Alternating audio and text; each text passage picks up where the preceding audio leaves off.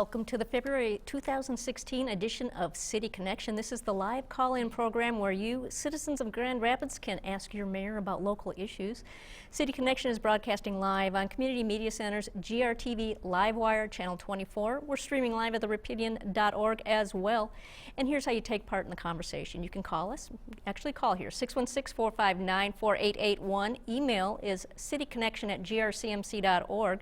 You can also send your tweets to @GRTVaccess or comment at GRTV's Facebook page. With Community Media Center, I'm Linda Galash, and this broadcast marks City Connection's first show with Mayor Rosalind Bliss. Welcome to the show. Yeah, thank you. I'm really glad to be here. Taking over as Mayor of Grand Rapids January 1st, and you've been running ever since, if not before. Yes, it's been an incredibly busy, I would say, last 6 weeks. But good. I mean, I knew that's what I was signing up for, but it's been very busy. Well, most recently, we all heard your State of the City address, and I was wondering if you could tell us a little bit about the highlights of that and maybe what you're starting to hear back from citizens here in Grand Rapids. Yeah, so I'm glad to.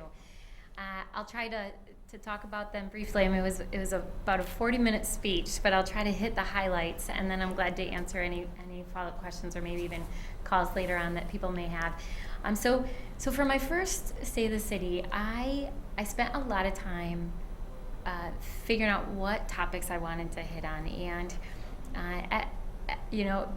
I think if you look at some State of the Cities in the past, sometimes there's just a focus on one issue, but I really felt like there were so many broad issues that I wanted to talk about that are going to be priorities for me. And my philosophy has always been one of having a holistic approach to the work that I do, and I recognize that there are so many issues interrelated. And so in my State of the City, I talked about a number of issues. The first one I talked about was environmental goals, wanting people to know that I'm just as committed to Grand Rapids remaining one of the greenest cities in the country. So I talked about those. I talked about the river restoration and the process of restoring our rapids to our namesake, the Grand River. Talked about where we are in that process, that we adopted the GR Forward plan and restoring the rapids is in that plan.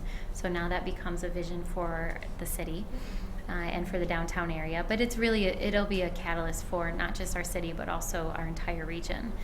I talked about supporting businesses, especially small, locally owned businesses and neighborhood businesses, and wanting to support minority and women-owned businesses. And I talked about some of the work that we've done in the city to do that. And I talked about neighborhoods, wanting to really focus on strengthening our neighborhoods, but doing it in a way that really honors what's unique about every neighborhood. And talked about some of my goals related to that. And one in particular was the creation of a neighborhood matching fund that I'm hoping to get support around the commission table to implement and include in our budget, our upcoming budget, which starts in a couple months. The city's budget is on a July 1 budget cycle, and so my hope is that it'll be in that budget. We have a new neighborhood coordinator, and I'm excited to work with her, and I anticipate that she'll assist with that program. I talked about housing and affordable housing, needing to make sure that we have places where people can live in our city and where they can afford to live. Police and community relations. And then talked about eliminating and addressing racial disparities that exist in our city. Those were the big buckets, the big issues I talked about. I drilled down into each of them. Obviously with State of the City, I don't have all the details because some of the issues I need my colleagues to join me to implement. Some it's going to take the city manager to take those on and make some changes within City Hall. And then some of them are really larger community issues where I'm going to be asking key stakeholders in the community to join me to be a part of really starting to address the issue. Okay. Real quick one that struck me is the neighborhood funding. And I was wondering if and I was just kind of wondering if you could talk a little bit more about the neighborhood funding you're looking to seek, what it'll do, and maybe just a little bit about that. I know you're working on your microphone right now, so I just want to say right now we do have a guest that will be joining you later in the show at about a quarter after the hour. Police Chief David Rahinsky will be on air with you. You'll have opportunity to Mayor, you'll have opportunity to talk to him a little bit that, and we will open it up to the community to maybe ask some questions of him or you. Again, here's how you get a hold of us. We're at 616-459-4881. Also, it's an opportunity to email us, cityconnection@grcmc.org, or on Twitter. It works at GRTVaccess and GRTV's Facebook page. So I think we're back on with Right. your microphone working. So in Yes. case anybody missed that, it was great. That was Well, really, thank you. that was Thank you. wonderful. One Am I thing, good now? Yeah. Okay. we're up and running. A little bit of what you said was some funding for neighborhoods, and I want you to tell a little bit about Yes. what you have in mind for that. Yeah, so I have a number of goals around neighborhoods. So one of them is I will continue to support the annual Neighborhood Summit. So we actually have that coming up in March. I was a part of the committee and the group that led it last year, which was our first Neighborhood Summit. So March 11th at GRPS University, it's an all-day event focused on neighborhoods. And this year the topics are going to be inclusion and being a welcoming community.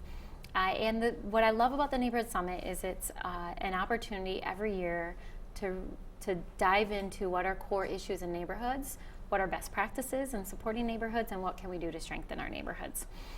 We also have a neighborhood coordinator, and Stacy Stout, she just started with the city a couple weeks ago, and she'll be taking the lead on implementing some of the SAFE Task Force recommendations. So that the SAFE Task Force was a group of individuals along with some commissioners who worked on making recommendations around violence prevention and safe neighborhoods. And so she'll be taking the lead on that. And then I will be bringing forward to my colleagues as a part of this budget cycle. So we're just going into our budget for this year, starts July 1. Lots of time to prepare for that, though. It's Yes. April is none too soon to begin that work. I know. So I spoke about this a little bit last year when I was campaigning, but I'd like to see the creation of a neighborhood matching fund. And that would be a fund that there'd be a lot of flexibility, but it would offer opportunities for neighborhoods to come together to plan for projects and then request mini grants from the city. And what I like about the idea is that it could be used for any type of neighborhood improvement or project or initiative. So it could be to green a location or do a community garden or put up signage. But the match, so neighborhoods could come together, write a proposal, and then the match for it could be in volunteer hours, in-kind donations, maintenance agreements, but it would be a pot of money that regardless of whether you are currently a neighborhood organization that's a 501c3 and whether you get money from the city already through our CDBG funds or not, this would be available to every neighborhood, every block club. If they came together and they had a project they wanted to do, they would be able to apply, and it would be just like a grant process. There'd be a review committee. Only so many mini grants would be given out every. I would like to see given out every quarter. And they would range anywhere from $500 to $2,500 each. But it's amazing when neighbors come together with a little bit of money, a tremendous impact they can have. Okay. Look forward to hearing a little bit more about that. Yeah. Couple other things on on the scene here at the city right now, and one is filling your former position in the second ward. And can you just Yes. update us on where the process stands? Is it later Yeah. this month there will be a selection? There will be. So tomorrow we have a public hearing, so a formal public hearing at our city commission meeting. So tomorrow night at 7 in the city chambers at City Hall on the ninth floor. There will be a public hearing set aside where individuals can come and speak to the candidates, speak to the commissioners, I should say, about the candidates and share who they would like to be the next second ward city commissioner. So we'll be there to listen and hear community feedback. Then we have a second round of interviews that will take place next week. So there'll be hour-long interviews. Again, the city commissioners and I will be the interview panel, and we'll spend an hour with each candidate. We took, I know at the community forum last week there were a lot of people there and a lot of questions were asked.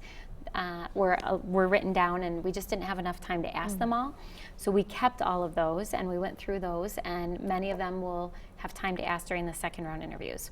And then after that, we'll continue to take public comment from people through email. They can call us, they can send letters, and then we'll be voting at our last meeting in February. And the process has been, there were a number of people interested, which is actually a wonderful thing. It's been slightly narrowed since then, and who do we have in the queue now? Yes, so it started off as 11 candidates, and we did first round interviews, and then each commissioner and myself, we identified who were the 3 or 4 individuals we'd like to see to move on to second round, and those individuals are Tammy Vandenberg, Terry McGee, and Joseph Jones. And just a quick statement about who each of those people are, if you can, if you feel you're Yeah, summarize that. Sure. So Joe Jones is currently the executive director at the Urban League.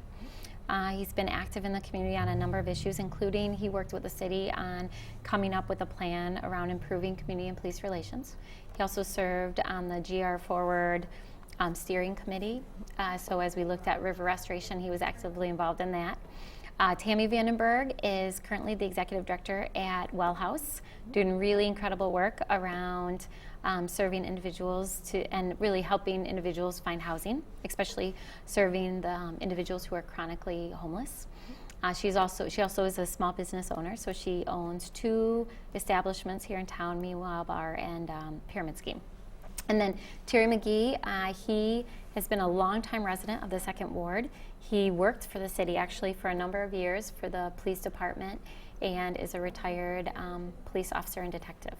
Okay, and then how much of the term is left? If your appointment happens the last meeting of this month, how soon does the person take the seat and how long does it go? Yeah, that's a great question. So the individual would be sworn in at the end of the month and start serving in March. And it would be for, let's see, so my term goes till December of next year.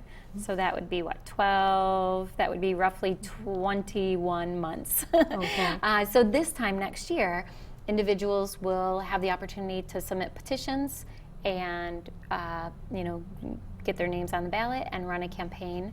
So this is to fill just a partial term, my term, and then next year is when elections will be, and individuals can run for the seat, and the 2nd Ward residents will be able to decide. All right, how long is the term, a full term? Full term is 4 years, so this would be a partial term. And again, term limits mean you could do 2 consecutive terms?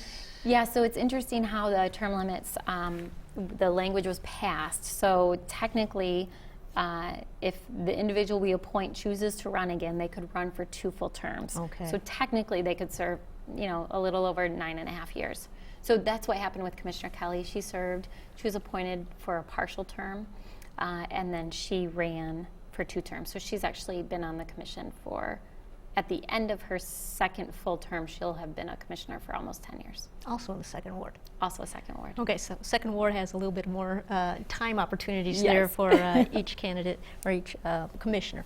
Well, let's go to a couple other things before we get to 1:15. Wanted to ask you a little bit about your familiarity with what's being called a ballot gag law, and it's basically kind of sort of a prohibition on how city officials speak to ballot issues. Yes, so that was a state bill that was passed at the end of last year and signed by the governor a few weeks ago, and it does exactly what you said. It prohibits individuals and public entities from speaking out on ballot initiatives, and it could be anything from a charter change, it could be millage requests, it could be a number of issues. So for instance, in our community, you may remember decriminalize marijuana, or there was an effort to change our charter around how the comptroller that position is structured. And so this bill would basically say for 60 days you can't speak to it. So just Thursday, right? Today's Monday. So just last week, Thursday, there was actually an injunction on that gag bill. So there were 19 individuals who filed a lawsuit saying that it was unconstitutional, that it was impacting their freedom of speech, and then a number of entities signed on to that in support of the lawsuit, and then the judge approved the injunction for the March election. And I know that in Lansing right now there's a lot of discussion about making an amendment to change that bill, but nothing's been voted on and moved forward yet. It seems to have come about really rapidly. So changes are constantly happening, almost by the week at this point, almost daily. It's true. So many things in Lansing are moving so quickly, it's hard to even get in front of it sometimes and react adequately to it, it's pretty frustrating. Okay. Well, we're at 15 past the hour, so taking a quick break, and when we return, you will be speaking with Police Chief David Rahinsky. All right. This is a GRTV City Connection here at Community Media Center. It is important to our community that everyone gets all of the tax refunds and credits they deserve. Every year, millions of dollars in the earned income tax credits go unclaimed in Kent County. With the help of the Kent County Tax Credit Coalition's free tax preparation services, you can make sure your return is filled out correctly and your family receives tax refunds you have earned. For more information about tax preparation or financial literacy courses in your neighborhood, please call 211 or visit Heart of West Michigan United Way online at hwmuw.org.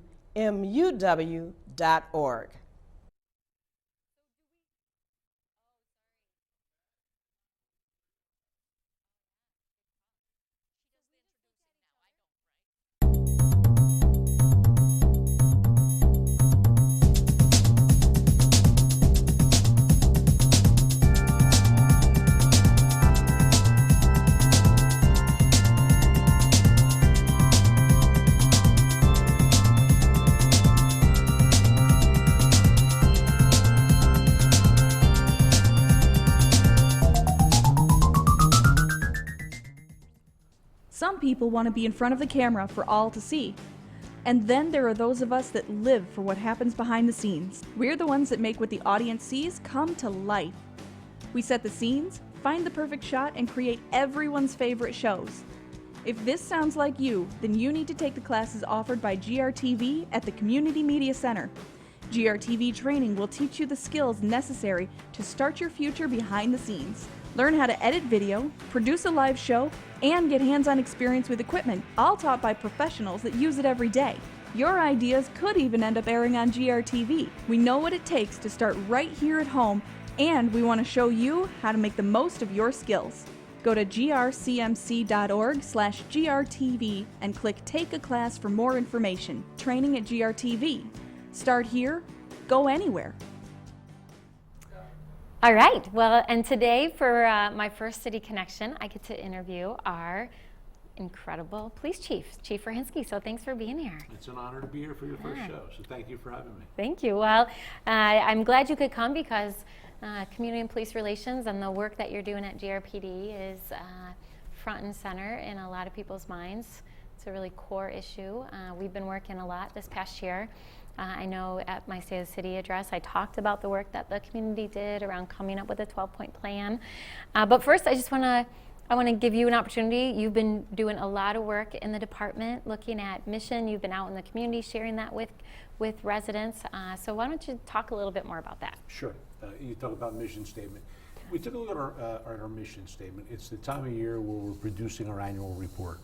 And command staff, in looking at the mission statement, realized that no one could identify exactly when it was authored or exactly who authored it. So we wanted to go out to the community and get input from the stakeholders. We wanted to be very organic. You know, what enterprise, be it public or private, would author a mission statement without speaking to the people that they serve? So we've opened it up for input. We've had 5 meetings now, all spread throughout the city, and we've opened up an email account so anyone can give us input anonymously. They can take ownership, whatever their preference is. And so as to not misquote the website, it is GRPD mission statement at grcity.us. And we've had great input, and we're encouraging both employees, because as internal stakeholders, we want to hear from them as well, but we want to hear from residents, from citizens. Great, wonderful. So how have the meetings been going, the community meetings? It's interesting. You can see that each neighborhood has its own unique dynamic. What's really encouraging, though, is that people are coming. We're having great turnout. I'm always concerned if you have a meeting and you only have a handful of people. I think it shows that you've disengaged or that the community doesn't truly feel connected. The fact that despite the weather, despite middle of the week, we've had great turnout and great input. And it hasn't all been positive. And that's good, that's healthy. We want to hear what we can do better. And some of the criticism has been based on issues that are happening across the country. Some of it is systemic and historic. We recognize that there's a segment of the community who we have to work every day to make sure that we extend ourselves, that we build on relationships, and we earn their trust. Yeah. So let's talk about that. You want to talk a bit about the 12-point plan? Sure. So that was a process that happened last year. The City Commission adopted the recommendations. Many of those you have already actively started to implement or have already been implemented. Others we're still working on. So why don't we talk a little bit about some of the elements of that and then where we are in the process? Sure. And I really have to give credit where credit's due. And in this instance, credit's due to the City Commission, the City Manager, the Police Department, the Community and Police Relations Committee. This was very forward-thinking. This wasn't in response to a tragedy in our community. This was looking at issues that were happening in other parts of the country and recognizing some of the dangers and what could we do better? What can we do best practices? So some of the changes have been very concrete. If we have an officer-involved shooting, we'll no longer investigate our own. We'll bring in Michigan State Police to investigate that. If we want to acquire new technology, we'll have a very public vetting going in front of City Commission asking for approval before we pursue new technology. Body cameras. That's the big one in terms of the biggest change that the public will see in interacting with police officers. We've placed an order for 300 body cameras. Every sworn officer, man and woman, myself included, who wears this uniform will wear a body camera. We have the first 20 or so out there now. By the end of February, we expect to have everyone in uniform wearing them. Additional training. This is huge. Additional bias-based policing training. Additional training in terms of being culturally sensitive and being aware that we all have flaws inherently in just our perspective. Being sensitive to those flaws and being empathetic towards how other people view our role, I think is really going to serve the department well and ultimately the community. So of the 12 recommendations, 9 of them are completed. The 3 that remain are all 3 that we had to go out for requests for proposals with, so that involves a little longer duration to bring the completion. Yeah. So, and speaking about that, so some of the recommendations were really concrete, and then there was a larger discussion about diversity at City Hall, diversity in the police department, really wanting the city to look more like the community that we serve. And I know that's been a topic that you've talked about for a long time. And you know, as I said last year at one of our city commission meetings, it's not something that is just a struggle for the police department. We have that struggle with the fire department and other city departments. But you've had a lot of conversations about this. You've worked with our HR department. We had a group come in, look at all of our current policies and practices, make some recommendations. But what else can we do to really change the demographics of our department? Well, and I've heard the city say this, I've heard it said at commission meetings, the commitment is there. Now we need to put some of the funding behind the commitment. In this year's upcoming budget, we've put money in the police department budget that we're requesting. Currently, the paradigm is this. You put yourself through school, you put yourself through an academy, you become certified through MCOs, and then you apply for a job with the Grand Rapids Police Department. We recognize that that's limiting. Not everyone has the ability, if they've got income needs because they're a single parent, or if they're in a position that doesn't allow them to attend evening school. So we've put money in this year's budget that we'll be requesting of the city to give us the opportunity to hire people and send them to the police academy. Yeah. We think knocking down this barrier will really help us build a more police department, because you're right. Yeah. We want a police department that looks like the community we serve. Ideally, I'd like to have as many females as we have males. I like to have a greater Hispanic representation, greater African American, and we've had great discussions, but now it's time for us to do something tangible, and putting this money in the budget to send people through a police academy is very tangible, and I think we'll see a reward for it. Yeah. Another effort that you've really led is enhancing our outreach to youth. So I know you're active with Boys and Girls Club, and then you've started a youth program. We've talked a lot about potentially doing a crime prevention program. So why don't you just talk a little bit about, you know, why this is important and what your efforts are? Well, as you know, it's important because those relationships are formed at a very young age. If we wait to reach out to somebody the first time that they've gotten in trouble, or the first time that they've had a negative contact in school, and we're coming in as an authority figure. We've really missed an opportunity to build a relationship. Boys and Girls Club is great. We have over 300 daily contacts amongst the 3 centers. It's so important to us as an agency that we have full-time individuals assigned to the Boys and Girls Club. So having said that, that's 300 encounters on a daily basis to be a mentor, to be a role model, to be a sympathetic ear. And the officers who work in those roles also make it a point to visit the schools in their areas as well. So they're not just restricted to the Boys and Girls Club, but they're in the schools. We're out at Camp O'Malley in the summer months. We started, this will be our 2nd year of On Base, which is a baseball program. Last year it culminated in a trip to see a Tigers game. It was the first opportunity for a lot of those kids to see a professional baseball game, but it's not about teaching them baseball. We're not hoping to find the next superstar. It's about building relationships, building trust, and having them, giving them the opportunity to see past the uniform. Yeah, it's such an important program.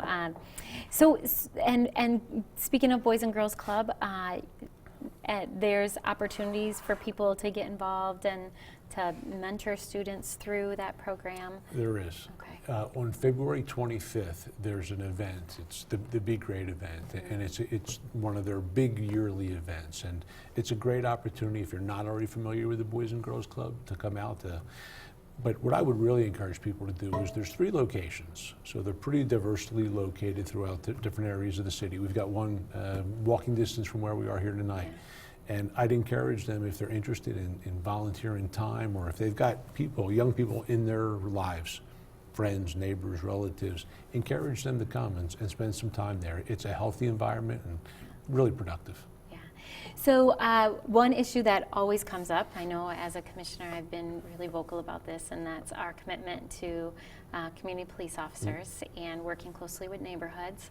So talk a little bit about your vision for community policing and what does that look like. And I know that you talked a lot, especially in the last budget cycle, about wanting to make sure that there's community police officers available throughout the day and on weekends.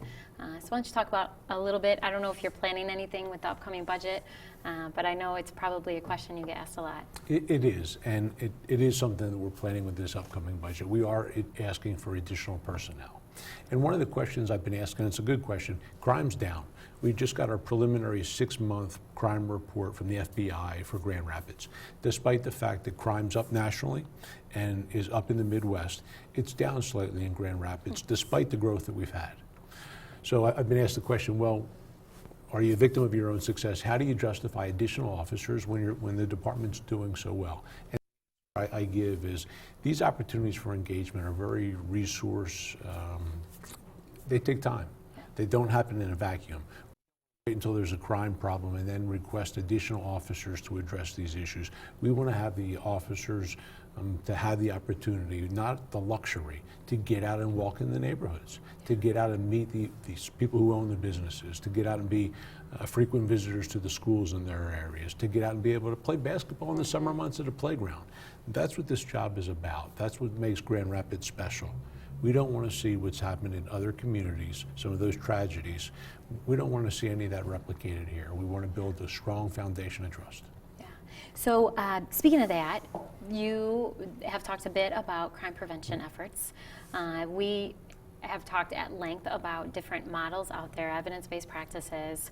Haven't really been able to coalesce around a common, I should say, we just haven't been able to agree on which one we think is best. So have you spent more time on that? Has that been a part of the community discussions? It's been more of the internal discussion. We really want to look at something that's empirically driven, because you hear a lot of anecdotal, this program worked well here and this program worked here. And then ultimately when you look at the numbers over a period of time, they didn't have the desired outcome. Yeah. So one of the things we're doing now is we've got Lieutenant Pat Merrill is culling numbers through our report system. And we're identifying people whose names appear multiple times in police reports, either as witnesses, victims, or suspects. And the thinking is that these people obviously are engaged in a high-risk lifestyle. So once we culminate that data and we want to have an opportunity to reach out to these people and identify what the trends are and prevent them from being in the next police report, either as a victim, a witness, or a suspect. Interesting. Well, I'm sure we'll hear more about that Yes. at Public Safety as well as at our City Commission meetings. Definitely. So, all right, so with that, I believe we're going to take a little bit of a break and we'll be back for questions. Thank you. Yeah, thank you. How do you build a strong local food economy? Meet Chris. Chris is opening Osteria Rosa, a locally sourced Italian restaurant in a building brought back to life by 616 Development. But he doesn't know any local farmers to supply him with food year-round. This is Melissa. Melissa runs the Fulton Street Farmers Market and publishes a long list, even in the dead of winter, of available produce, meats, bakery goods, and more on the Rapidian. This is Amy. Amy wants to do more to support the farmers in her local food economy. Amy talks to Melissa, who introduces her to farmers at the Fulton Street Farmers Market, and Amy, in turn, publishes their stories, also on the Rapidian. Chris hears about the Rapidian and now has access to a local grocery list and information that he needs to make connections with local farmers. He feeds his patrons with local food year-round. Connections multiply. Meals are shared. A stronger local food economy is built.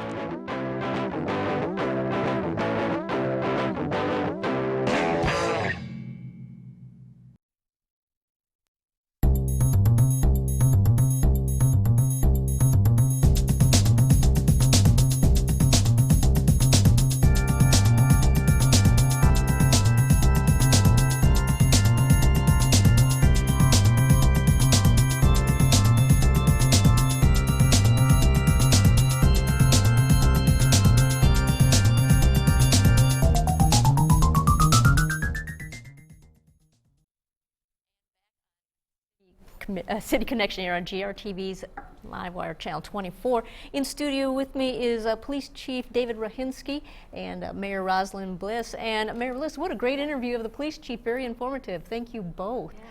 Already a couple email questions here, and we'll start out right off the bat, Chief, with this one. This one's from Sean, and it says, Chief Rahinsky, do you believe laws we currently have in place in this community are designed to keep minorities disenfranchised and or in jail? Your thoughts on that? Sure, and it's a discussion we're having on a national level, and I think it's long overdue. I don't think there's any local desire, to author or to enforce laws that have a disproportionate effect on our minority community. But when you look at the statistics on a national level, there are inequities. So the discussion I think we need to have, not just here in Grand Rapids, not just in Michigan, but across the country, is are they being enforced fairly? Are they written fairly? Why do the disparities exist? So these are questions that as a profession and really as a country we need to deal with. You talked a little bit about, in the interview just a little bit ago, about taking some of those numbers, looking at names that reoccur for multiple reasons. Any sense of what you're finding so far, or not yet? It's early on in the process, but our thinking was, and the mayor just made a great suggestion off camera, that these would be some individuals who we can steer towards other opportunities for employment, identify what the root cause of them appearing in multiple police reports is, and try to get some resolution before they become a statistic. It was interesting you noted as victim or as a suspect, so that was two sides of the same coin, and citing that as a high-risk lifestyle. I guess it is telling, no matter which side of a situation you're on. Very much so, and unfortunately there are names within the police department, last names, and it's generational. You can talk to police officers and they're familiar with the grandparents, the parents, and for the older officers there's incidents where they're familiar with the children now. And that's what we need to break, is that cycle. So this will be an opportunity, we hope to do that. When you do your census, so to speak, then what will be some next steps? What will you do when you do identify families or people that are involved, you have contact with repeatedly? Sure. Well, a good example was we were just discussing the Boys and Girls Club.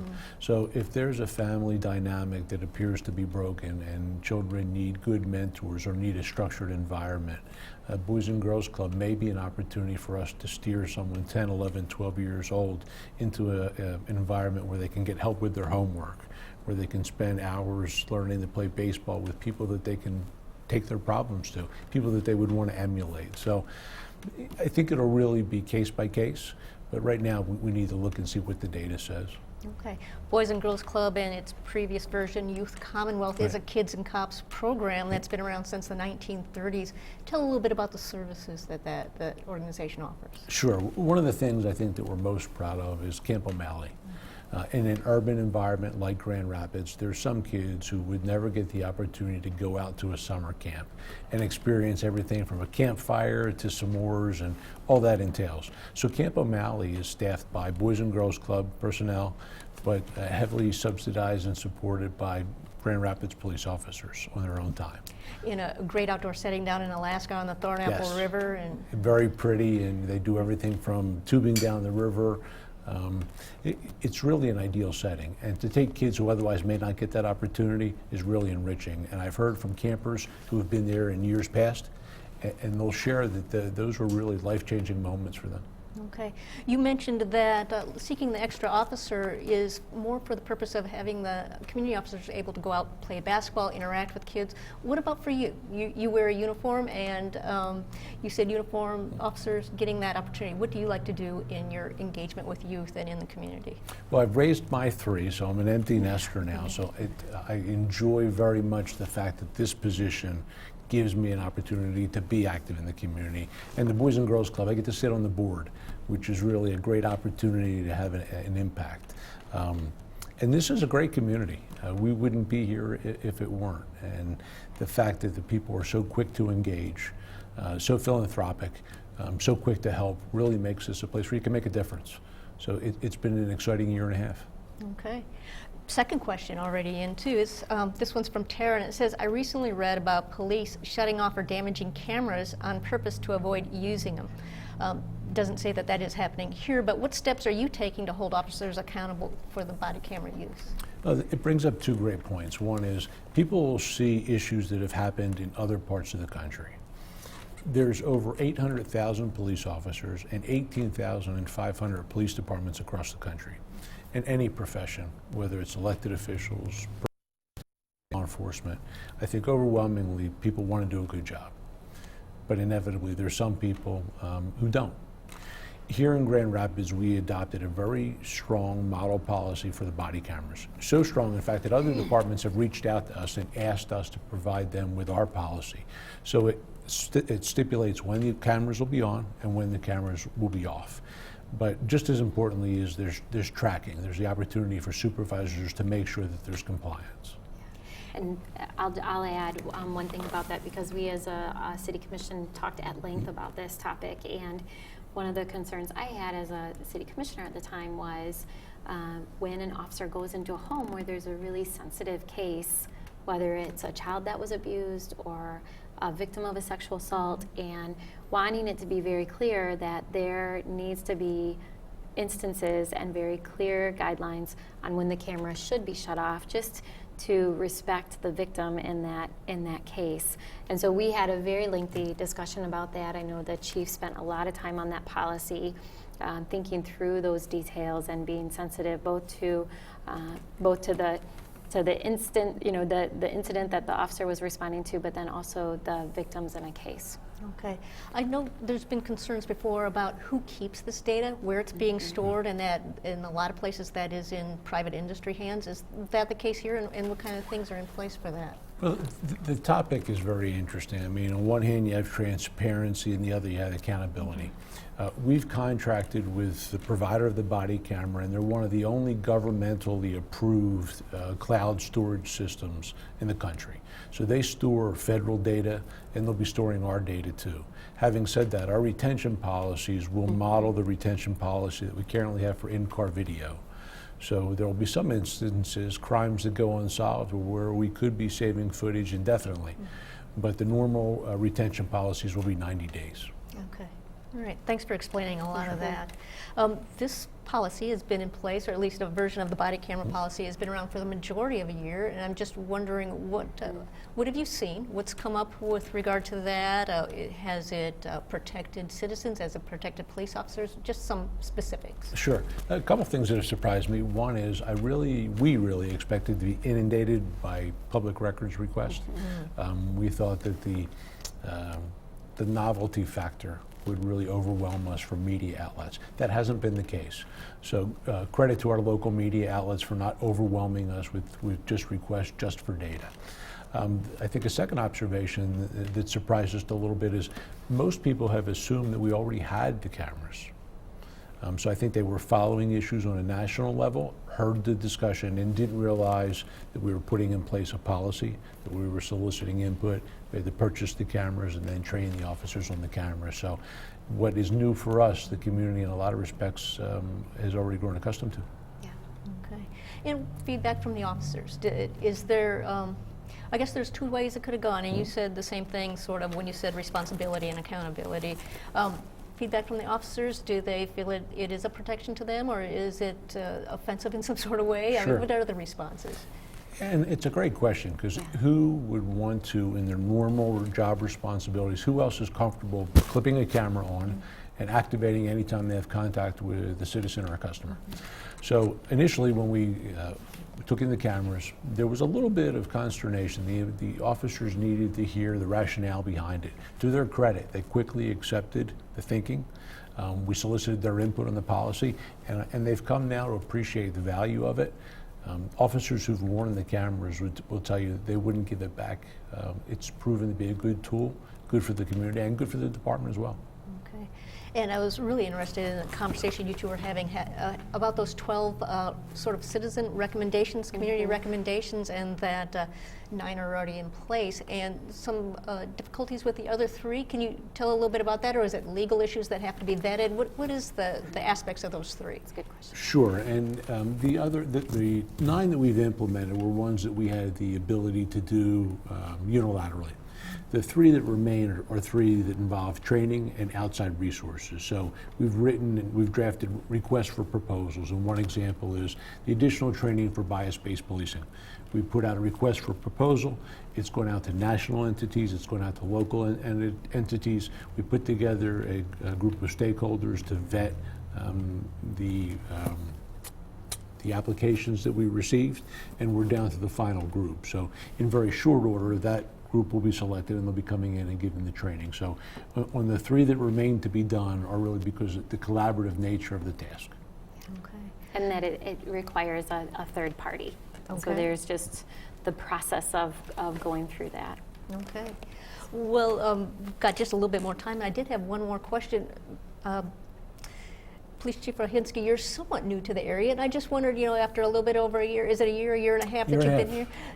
Your impressions of Grand Rapids and how it compares to places you've been. Sure. I started in Pennsylvania, so I've been from Philadelphia to Fort Lauderdale to Tennessee and now Grand Rapids. Great community. The people here are very quick to help. They're very engaged. It's a very, very philanthropic community. It's amazing to me to see how quickly people step forward to help each other. We have long winters. That's another observation that is not lost upon me. But it's been a great year and a half. It's been a challenging time for law enforcement on a national level. I don't think the scrutiny or the dialogue has ever been as heated as in my almost 30 years that I can remember. But this is a great community. It's a perfect size to affect change, and it's a very engaged group. So I don't think we could be better positioned. We've got a bright present, but I think an even brighter future. You gave some very specifics as far as looking future-wise, but how about in a general, broader way, what your future for Grand Rapids from your perspective? When I came, my vision was for us to be the safest city of our size in the country. We're 124th in size. So as our crime continues to decrease, we saw a significant decrease in property crimes this year and a slight decrease in crimes against persons. So if we continue to work collectively, community and police department, to realize these decreases, it'll position us right where we want to be, which is the safest mid-sized city in America. Okay, and that decrease in crime is a pretty telling number. You expect the same trajectory going forward? I do, and I think it's really as much a compliment to the community as it is to the police department. The police department, we've got 300 sworn to serve a city of almost 200,000. So this is not something we can do alone. It's something we do collectively. So through an engaged populace, through Crime Watch, through residents, strong neighborhoods, the Mayor's Strong Neighborhood Initiative, it's very organic. This doesn't happen just because of a good police department. It happens because of a good, strong community. All right. Police Chief David Rohinsky, thanks for joining us with the mayor here on City Connection. Thanks for having me. Thanks. Thank you. Thank you. Thanks. How do you build a greener city? Meet Mariah. Mariah cares about the environment in her neighborhood and wants to get the word out about an upcoming tree planting event at Congress School, organized by Friends of Grand Rapids Parks and Brewery Vivant. She knows thousands of people will find out about it if she publishes the story on the Rapidian. Meet John. John cares about the environment, but doesn't know what he can do locally to help. John's friends recommends he check the Rapidian for local events. John, like many other volunteers, finds Mariah's article and decides to go. Together, John, Mariah, Friends of Grand Rapids Parks, and Brewery Vivant help plant trees at their local neighborhood school playground. Community grows, beers are shared, a greener city is built.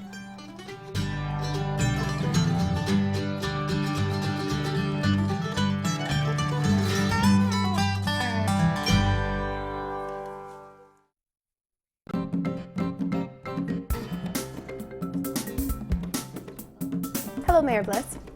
I watched the video of your State of the City address last week and saw one of the topics you covered was affordable housing. If the average price of a home in Grand Rapids is over $150,000, as mentioned by the Detroit News, how do we make sure housing is available and affordable for low-income residents? Considering the 3-year population growth rate of 3.1%, as explained by latest census data, how do we keep up with demand without letting costs rise too much?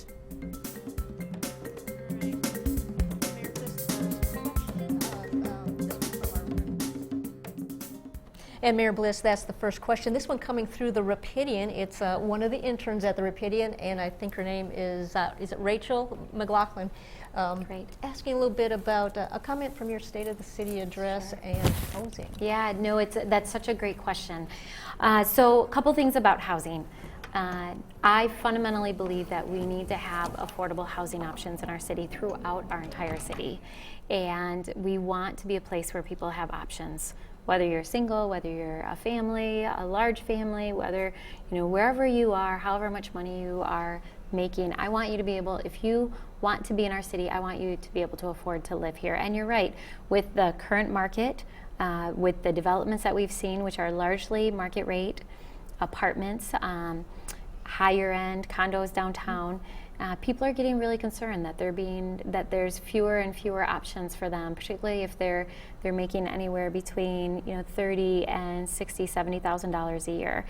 So last year there was a group of individuals who came together from a wide variety of backgrounds, and they worked on what's called the Great Housing Strategy.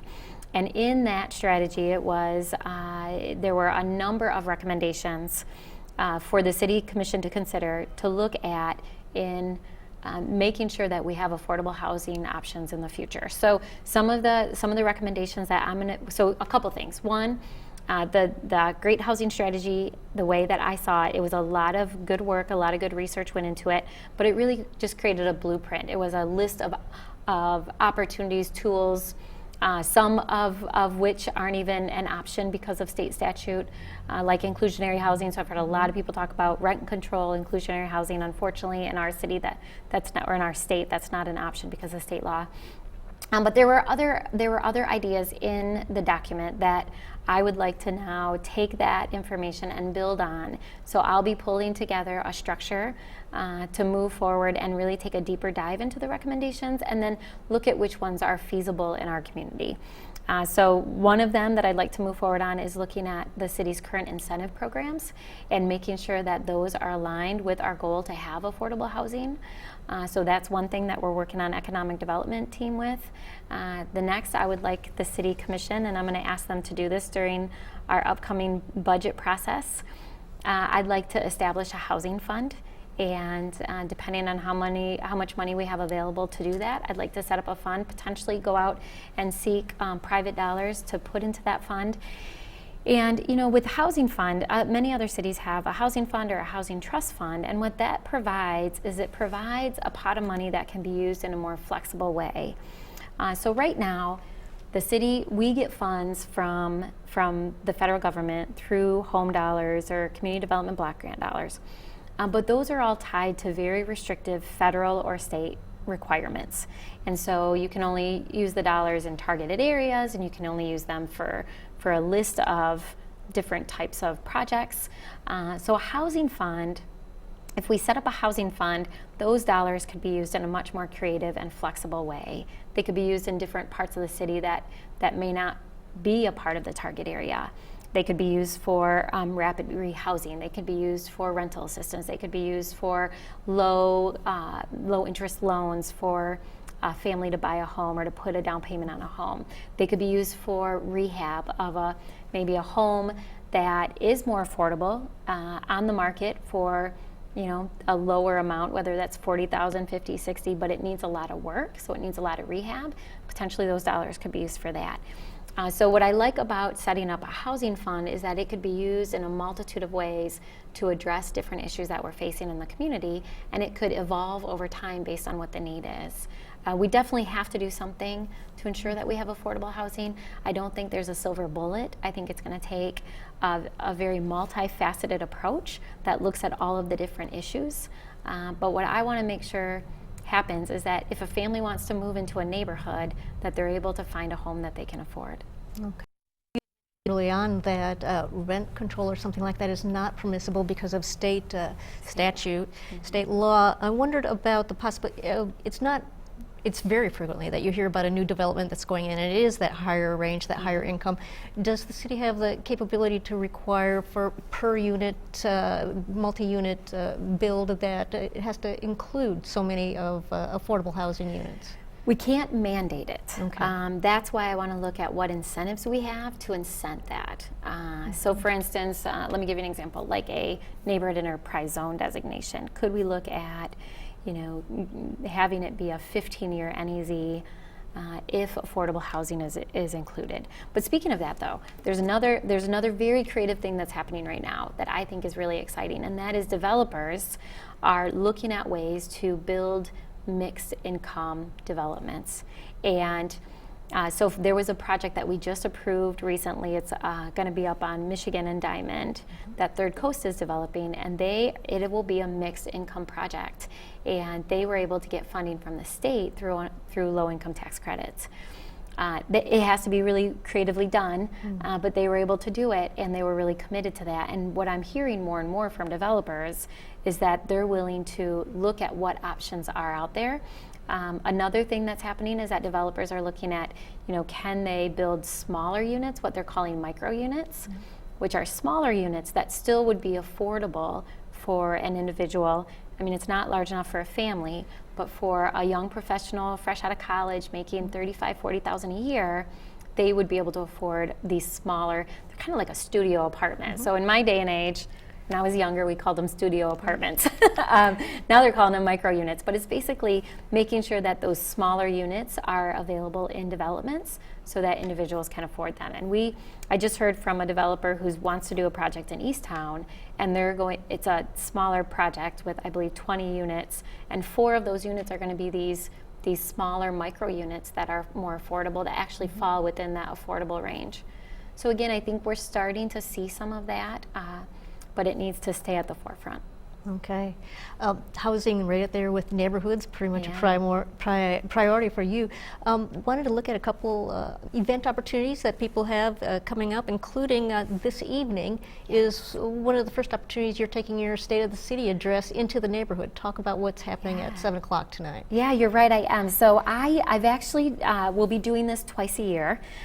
So I've decided that twice a year I will do what I'm calling Mayor neighborhood meetups, where I will go out into each ward, and this first one is this week, so I'll be in First Ward tonight, and then Wednesday night I'll be in the Third Ward, and Thursday night in the Second Ward. And I'm going to highlight some of the issues I talked about at the State of the City, and then I'm going to open it up for Q&A. I'm going to talk to residents of really whatever questions people have. I want to answer them. I want to encourage people to apply to serve on boards and commissions and talk to them about how to do that. And I just want to be available and to listen to the feedback people have and ideas that they have, and make sure that I'm doing that in the community, meeting people where they are and doing it in a place where they feel comfortable. I plan to do mayor neighborhood meetups about every 6 months. So I anticipate each year I'll do one after my State of the City. and then probably shortly after, a couple months after our budget process, to talk to people about what we just approved, what they can anticipate seeing, plans moving forward. All right.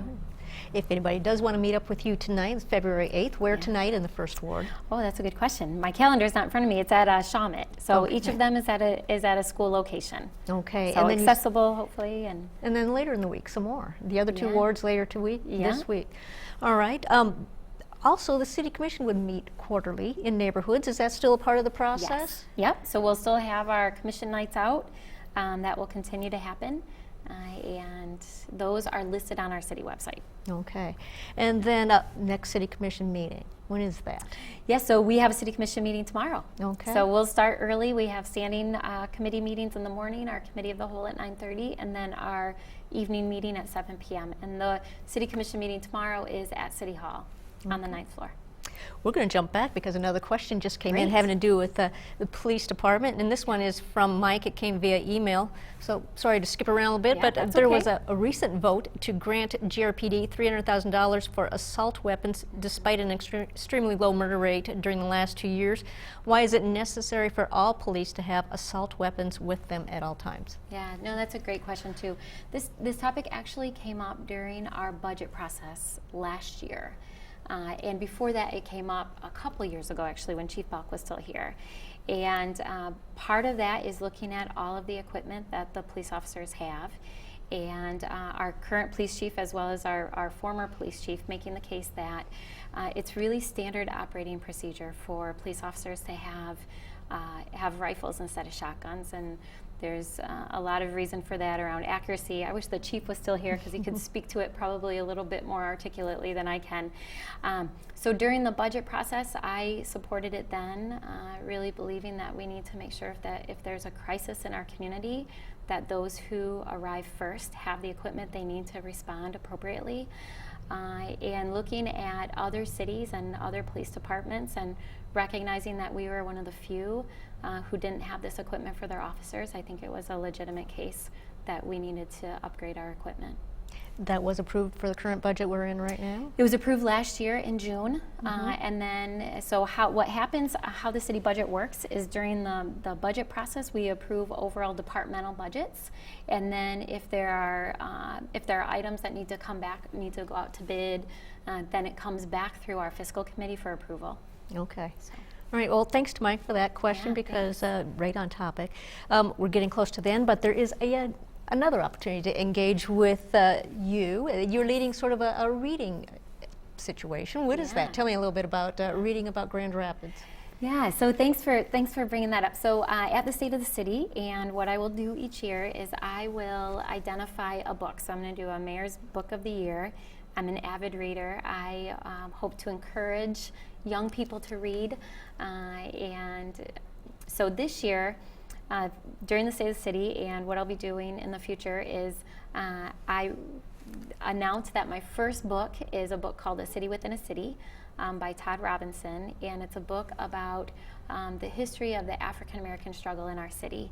And the reason I chose that is I think it's really important that we recognize our past and appreciate it and understand our current context, the struggles that we currently face, that we're able to understand what brought us here today. And then how do we move forward to make sure that the future is brighter for everyone? And so this book, I think, is a really incredible book. It talks a lot about the history of structural racism, and it highlights a lot of people who in our city fought for racial equity. And so I'm asking people to join me. I have copies of the book that Have you read it already? I have read it. Okay. Yeah, absolutely. Is this the book that talks about the mustache saga? Yes, it does, is. okay. It is, absolutely. I didn't think of it as Mustache Saga, but yes, it does. Okay. It's really an incredibly well-written book. Okay. The author is actually coming to our city in March. There will be a community forum where he'll be here. I have copies of the book, several hundred copies, that I was able to get donated and paid for by the Kellogg Foundation, so I appreciate that. I'll be giving them out to anyone who wants to read the book. The public library ordered additional copies of the book, and they have them if you want to check them out. They also have it available in ebook.